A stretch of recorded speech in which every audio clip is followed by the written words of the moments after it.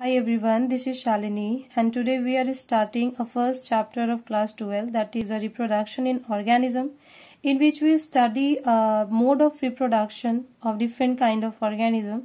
So we start with the first term, that is a life span. Life span के basis पे ही mode of reproduction किया जाता है। तो देखते हैं क्या है लाइफ स्पैन। तो it is the average time period between the birth and the natural death. ये एवरेज टाइम पीरियड ली गई है बर्थ और नेचुरल डेथ को लेकर के।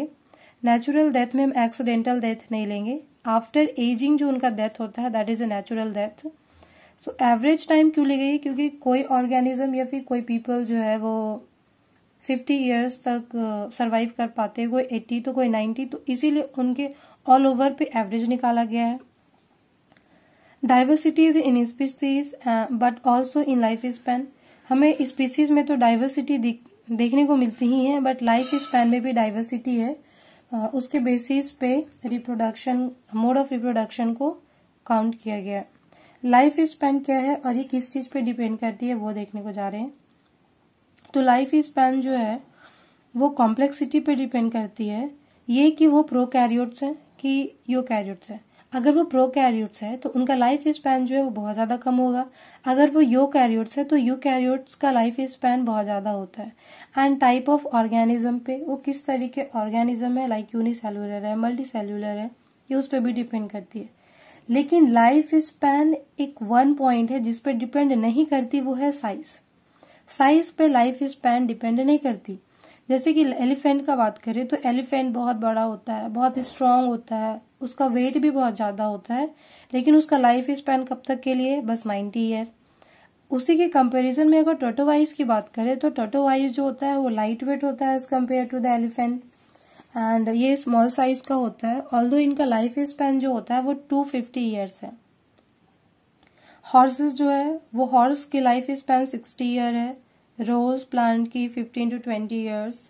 बनाना जो है वो 3 to 4 ईयर्स ओनली सर्वाइव कर पाता है।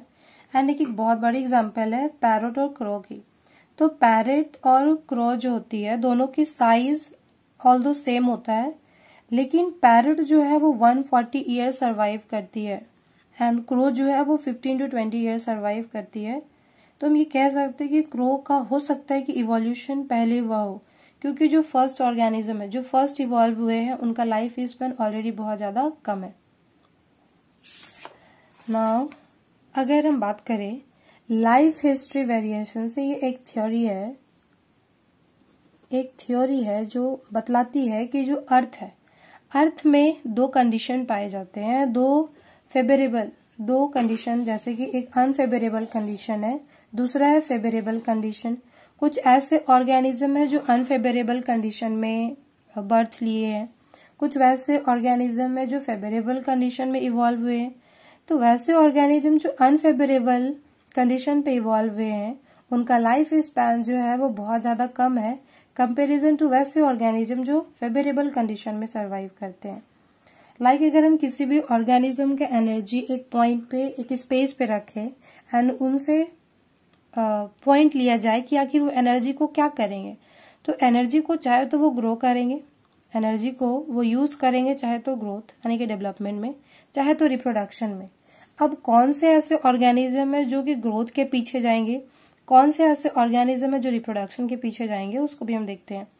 अनफेवरेबल कंडीशन, जब अनफेवरेबल कंडीशन होता है या जब अनफेवरेबल कंडीशन था एंड उस समय जो ऑर्गेनिज्म इवॉल्व हुए थे उनका लाइफ स्पैन जो है वो बहुत ज्यादा छोटा था, यानी कि वो सिंगल टाइम रिप्रोड्यूस करते थे, वन टाइम रिप्रोड्यूस करते थे, but large number of progeny in the sense उनका थिंकिंग था कि अगर हमको कुछ टाइम के लिए ही सर्वाइव करना है तो क्यों ना हम लार्ज नंबर ऑफ प्रोजेनी को इवॉल्व करें, जिससे कि वो नेक्स्ट जनरेशन को रिप्रोड्यूस करेगी एंड फिर फर्दर वो गो ऑन होते रहेगा।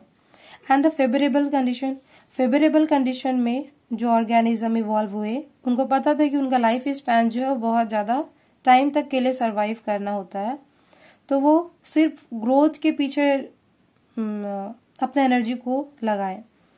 रिप्रोडक्शन साइकिल इंक्रीजेस, इसमें रिप्रोडक्शन साइकिल इंक्रीज किया but a single time less progeny, एक टाइम में ही एक या दो को ही रिप्रोड्यूस करना, तो इसे हमें ये पता चल रहा है कि जो अनफेवरेबल कंडीशन में जो ऑर्गेनिज्म इवॉल्व हुए थे वो एनर्जी को रिप्रोडक्शन करने में ज्यादा यूज करते थे, लेकिन जो फेवरेबल कंडीशन में जो ऑर्गेनिज्म डेवलप किए थे या इवॉल्व हुए थे वो ग्रोथ करने में ज्यादा डेवलप कर रहे थे।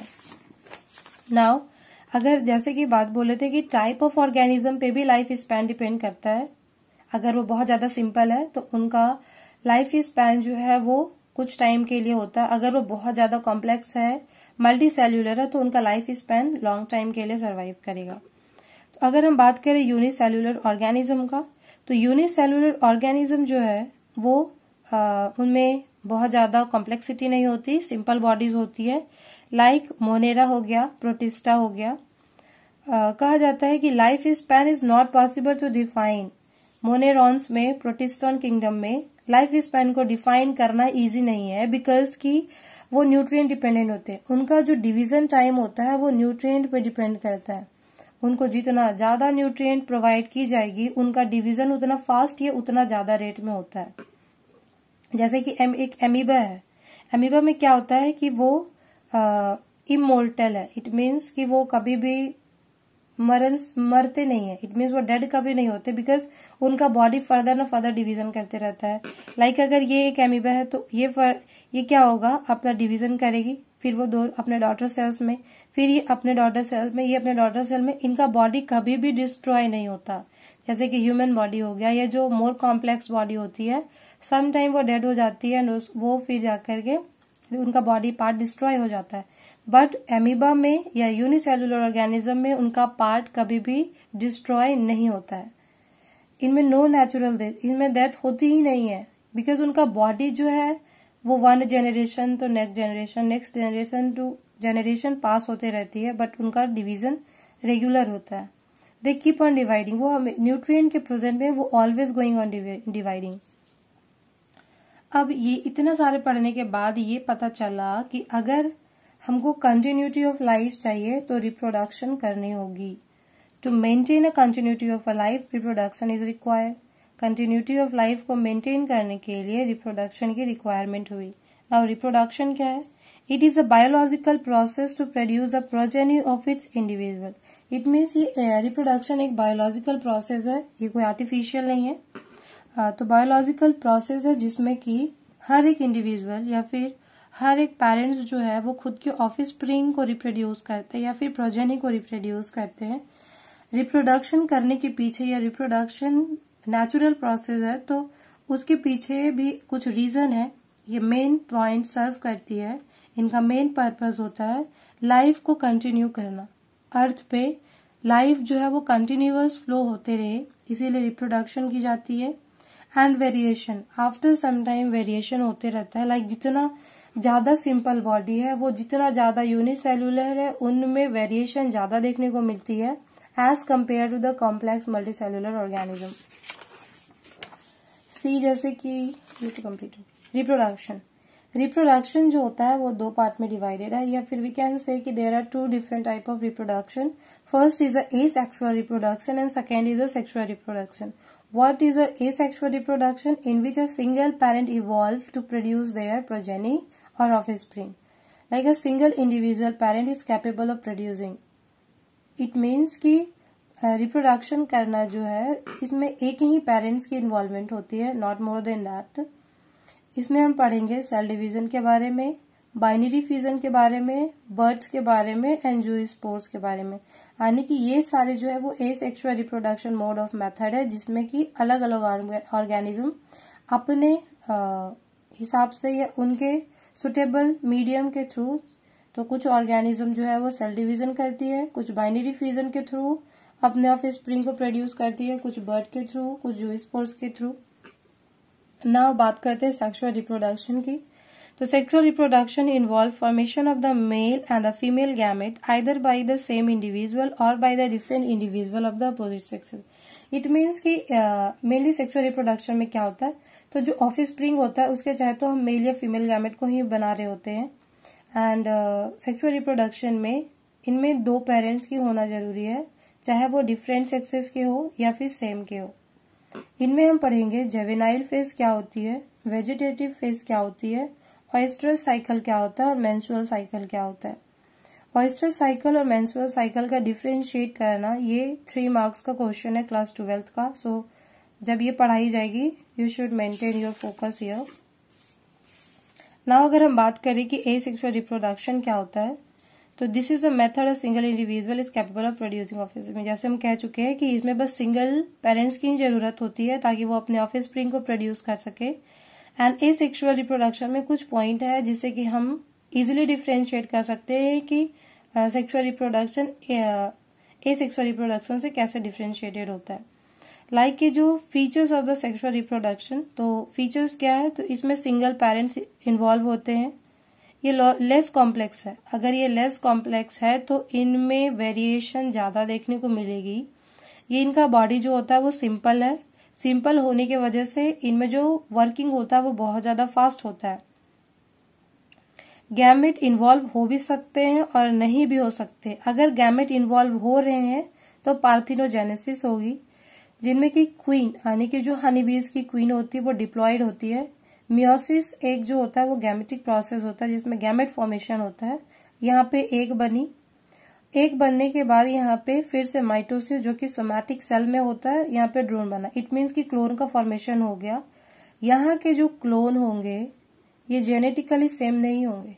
यहाँ के जो क्लोन होंगे वो जेनेटिकली सेम नहीं होंगे बिकॉज यहाँ पे एग फॉर्मेशन, गैमेट फॉर्मेशन हुआ है। लेकिन जो यहाँ पे क्लोन सिंपल एसेक्सुअल रिप्रोडक्शन से जो क्लोन बनेगी वो जेनेटिकली और मॉर्फोलॉजिकली सिमिलर होगी। लेकिन यहाँ पे गैमेट फॉर्मेशन स्टेप हुआ है जिसके वजह से यहाँ पे जो क्लोन बनेगी ये क्लोन कभी भी जेनेटिकली और मॉर्फोलॉजिकली सिमिलर नहीं होगी। नाउ देखते हैं कि पार्थिनोजेनेसिस क्या होता है। तो पार्थिनोजेनेसिस एक प्रोसेस है जिसमें कि एम्ब्रियो का फॉर्मेशन तो होता है बट उसमें स्पर्म का कोई भी रोल नहीं होता। See, it is a form of a reproduction in which an organism can develop into an embryo without being fertilized by the sperm. यहाँ पे एक का तो फॉर्मेशन होगा, उसके बाद एम्ब्रियो में डेवलप होगा, लेकिन स्पर्म का कोई रोल नहीं होगा। बात करते हैं एसेक्सुअल रिप्रोडक्शन किस किस पे डिपेंड करती है, तो वो पहला है इंटरनल फिजियोलॉजी पे, हैबिटेट पे और अदर्स पे। मतलब उनका बॉडी स्ट्रक्चर कैसा है, वो किस तरह के एरिया में सरवाइव करते हैं, और अदर्स मतलब कुछ और भी पॉइंट्स है जिससे कि हम उसके बेसिस पे रिप्रोडक्शन करते हैं। वो एसेक्सुअल रिप्रोडक्शन जो है मेनली हमें 2 बेसिस पे पढ़ना है। फर्स्ट जो है वो यूनिसेल्युलर ऑर्गेनिज्म जो बहुत सिंपल होगा, बॉडी की कॉम्प्लेक्सिटी बहुत कम होगी, या सिंपल बॉडी होगी तो कॉम्प्लेक्स ज्यादा होगा नहीं। लेकिन मल्टी सेल्युलर ऑर्गेनिज्म थोड़ी सी बॉडी की कॉम्प्लेक्सिटी इंक्रीज होगी। बात करते हैं जैसे कि वहां पिछले बार बता चुके थे कि यूनिसेल्युलर ऑर्गेनिज्म में मोनेरा और प्रोटिस्टा आती है। तो जब नॉर्मल कंडीशन आएगा तब वो फ्यूजन करेगी, लेकिन जब अनफेवरेबल कंडीशन या फिर नॉर्मल कंडीशन नहीं होगा तो वो इंडोस्पोर करेगी। इट मीन्स कि जो सिंगल न्यूक्लियस होता है, जो सिंगल न्यूक्लियस होता है वो बहुत सारे न्यूक्लियाई में ब्रेक हो जाता है एंड इस तरीके से मोनेरॉन जो है वो अपना रिप्रोडक्शन करती है। प्रोटिस्टा की बात करें तो प्रोटिस्टा जो है वो बाइनरी फ्यूजन करते हैं, या फिर हम कह सकते हैं मल्टीपल फ्यूजन करती है। बाइनरी फ्यूजन में क्या होगा कि एक पेरेंट बॉडी जो होगी वो 2 डॉटर सेल में डिवाइड होगी, लेकिन मल्टीपल फ्यूजन में क्या होगा, 1 parent body can be divided into more than 2 to 4 daughter cells. Multi cellular में हमें 2 टाइप ऑफ बॉडी के बारे में पढ़ना होगा। कुछ वैसे ऑर्गेनिज्म जो लेस कॉम्प्लेक्स होंगे, कुछ वैसे ऑर्गेनिज्म जो मोर कॉम्प्लेक्स होंगे। तो अभी फिलहाल तो हम ये देखते हैं कि यूनिसेल्यूलर में जो मोनेरॉन है वो किस तरह से डेवलप करती है। मोनेरॉन में जो फ्यूजन होता है वो उसमें माइटोसिस नहीं होता। मोनेरॉन में जो फ्यूजन होती है उसमें माइटोसिस नहीं होती। नॉर्मली ये बाइनरी फ्यूजन भी कर सकती है कभी कभी, लाइक वही बोले कि एक अगर सिंगल पेरेंट है, पेरेंट बॉडी है तो they can be divided into 2 daughter cell. ये 2 डॉटर सेल में डिवाइड हो जाती है। लाइक प्रोटिस्टा भी बाइनरी फ्यूजन करती है। तो बाइनरी फ्यूजन भी कुछ डिफरेंट टाइप्स के होते हैं। लाइक अगर एमीबा है तो एमीबा जो है वो कहीं से भी उसको ब्रेक किया जाए वो 2 डाउटर सेल में डिवाइड हो जाती है। ट्रांसवर्स की बात करें तो ट्रांसवर्स जो होता है वो पैरामीशियम में देखा जाता है, लॉन्गिट्यूडनल देखा जाए तो यूग्लिना में होता है। तो you should must learn all these examples because these are the MCQs question for the board exam. Now अगर second is a multiple जो कि प्लाज्मोडियम में देखा जाता है। पेरेंट बॉडी जब सिंगल पेरेंट बॉडी दो डॉटर सेल में डिवाइड करती है तो हम उसको बाइनरी फ्यूजन कहते हैं। बट अगर सिंगल बॉडी मोर देन 2 में डिवाइड होती है तो उसको हम मल्टीपल फ्यूजन कहते हैं। और ये मल्टीपल फ्यूजन हमें प्लाज्मोडियम में भी दिखता है और कैल्मेडोमेनाज उनमें भी दिखाई देती है। एमीबा भी मल्टीपल फ्यूजन करती है। जब अनफेवरेबल कंडीशन में एमीबा जो है वो मल्टीपल फ्यूजन करती है, बट नॉर्मल कंडीशन में they can not doing the multiple fusion. Like amoeba है तो एमीबा में सूडोपोडिया होता है यानी कि false feet. Pseudo means false and podia means feet, तो इसमें फॉल्स फीट होता है। जब अनफेवरेबल कंडीशन होता है तो इट ड्रॉ सूडोपोडिया, ये जो है विथड्रॉ कर लेती है अपने सूडोपोडिया को। मतलब कि ये जो उसके लेग्स है, मान लीजिए कि ये लेग्स है एंड इसका वर्क क्या होता है, फीड करना और लोकोमोशन करना एंड लोकोमोशन। तो एमीबा का जो ये सूडोपोडिया होता है उसको वो लोकोमोशन में हेल्प करती है एंड फीडिंग, अपने फूड को गेन करने में हेल्प करता है। तो जब अनफेवरेबल कंडीशन होता है तो ये जो उसके सूडोपोडिया यानी कि जो फॉल्स फीट होते हैं वो उसको अंदर कर लेता है एंड अंदर करने के बाद वो थिक प्रोटेक्टिव लेयर को प्रोड्यूस करता है, ये सिक्रीट करता है। जब वो सूडोपोडिया जब एमीबा सूडोपोडिया को अंदर कर लेगी और 3 प्रोटेक्टिव लेयर को सिक्रीट करेगी तो हम उसे इंसिस्टमेंट कहेंगे। एंड जब उस पे 3rd लेयर यानी कि 3 लेयर फॉर्म हो जाती है उसे सिस्ट कहते हैं।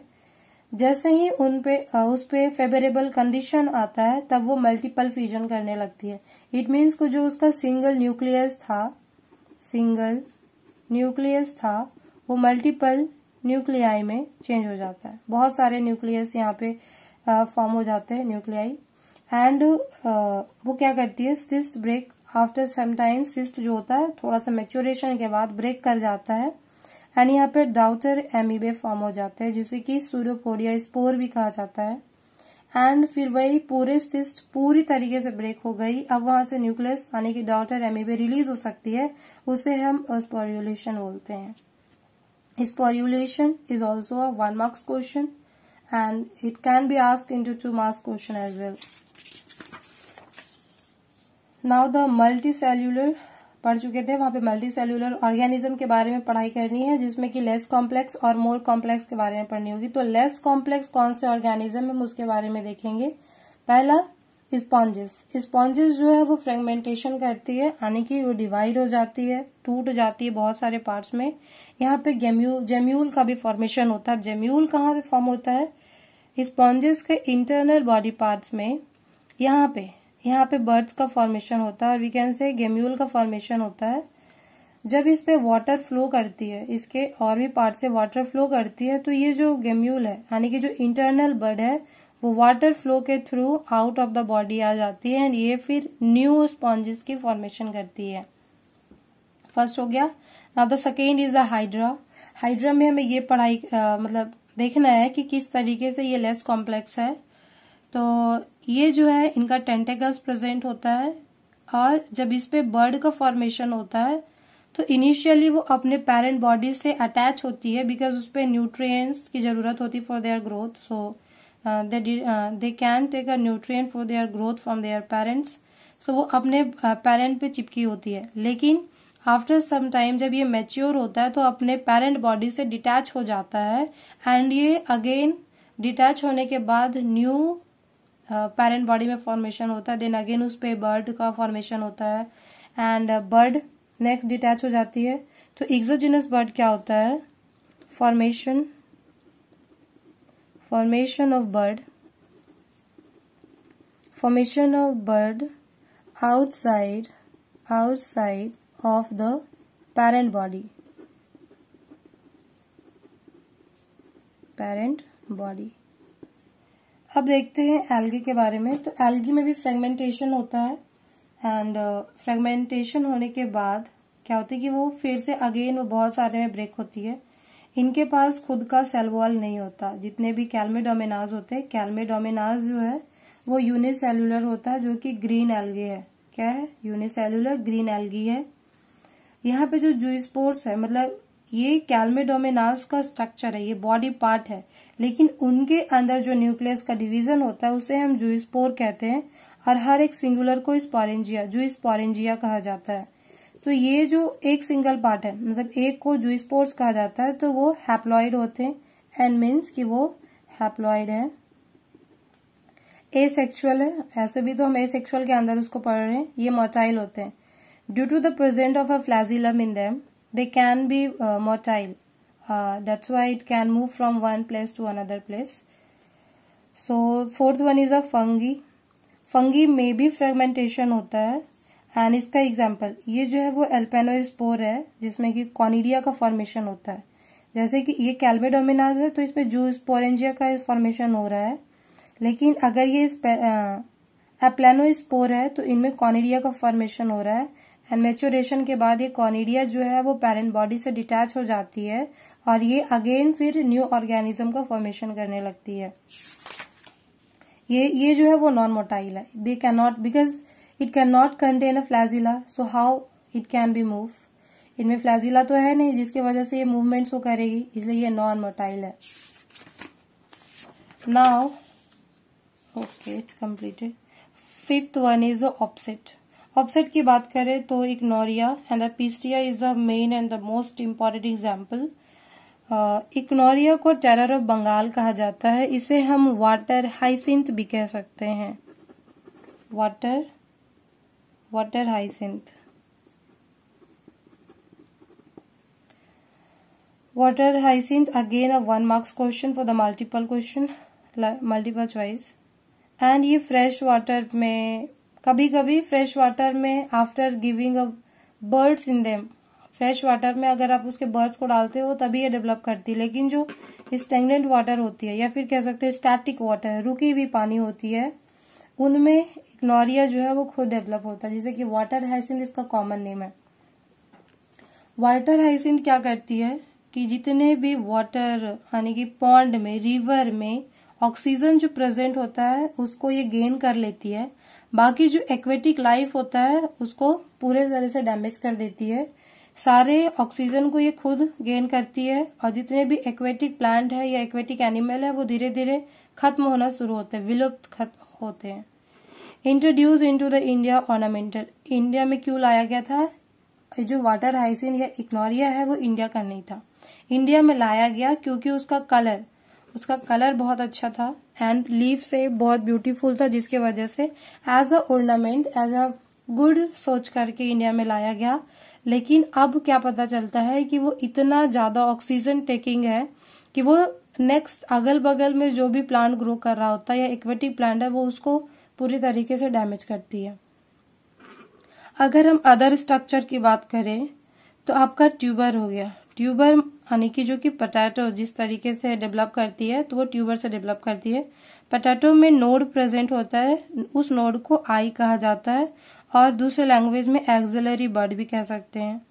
Second is the pulp. जैसे कि अनियन जो होता है वो ऐसा होता है ना, तो ऐसा ये जो स्ट्रक्चर है इसे पल्प लाइक स्ट्रक्चर कहते हैं। एंड ये प्रैक्टिकल में है, प्रैक्टिकल बुक में ये है एंड आपको ये इसके टिश्यूज के बारे में पढ़ना होगा। बल्ब जो है वो अनियन है, यानी कि अनियन का जो फॉर्मेशन होता है वो बल्ब के थ्रू होता है। ये फ्लैशी रिप्रोडक्टिव होते हैं, यानी कि उसमें बहुत सारे मासेस होते हैं, एक लेयर तो होता नहीं है, बहुत सारे लेयर प्रेजेंट होते हैं इनमें। एंड और फ्लैशी में बुलबुल भी होते हैं। कॉर्न जो होता है वो कोलकाशिया और एमॉर्फेलस में देखा जाता है। राइजोम किस में देखा जाता है तो पेक्सेनियल में देखा जाता है, जो अंडरग्राउंड स्टेम होते हैं। एग्जाम्पल आपका जिंजर हो गया, टर्मरिक हो गया, सुगर कैन हो गया और बनाना हो गया। सुगर कैन का अगेन ये 1 मार्क्स क्वेश्चन है। इस चैप्टर से 1 मार्क्स का क्वेश्चन बहुत ज्यादा बनता है। सुगर कैन में आपको नोड के बारे में जानना होगा कि इसका जो नोड होता है इनका जो डेवलपमेंट होता है वो नोड के थ्रू होता है। नोड जब यानी कि हम बताते हैं, जब यहाँ जो नोड है sugar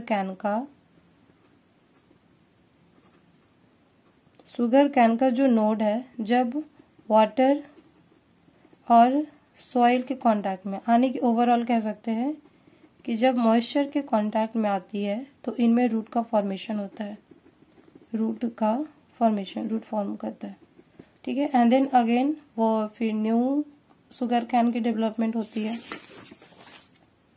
and the last one that is a bryophyta. Bryophyte जो है वो प्लांट किंगडम का एक पार्ट है, यानी कि इसको किंगडम ब्रियोफाइटा भी कह सकते हैं, एंड प्लांटी किंगडम का आता है ये। यहाँ इसमें भी फ्रेगमेंटेशन देखा जाता है, इनमें बर्डिंग होता है और किस में होता है, प्रोटोनीमा में। और गामा कब किस में फॉर्मेशन होता है, लीवरवर्थ में, लीवरवर्थ। ब्रियोफाइटा दो पार्ट में डिवाइडेड होता है, first liverworts and then second one is the mosses. तो जो गामा कब का फॉर्मेशन होगा वो आपको लीवरवर्थ में देखी जाएगी, एंड ये क्लास 11 के प्लांट किंगडम में है। एसेक्सुअल जो है वो हायर ऑर्गेनिज्म में देखा जाता है।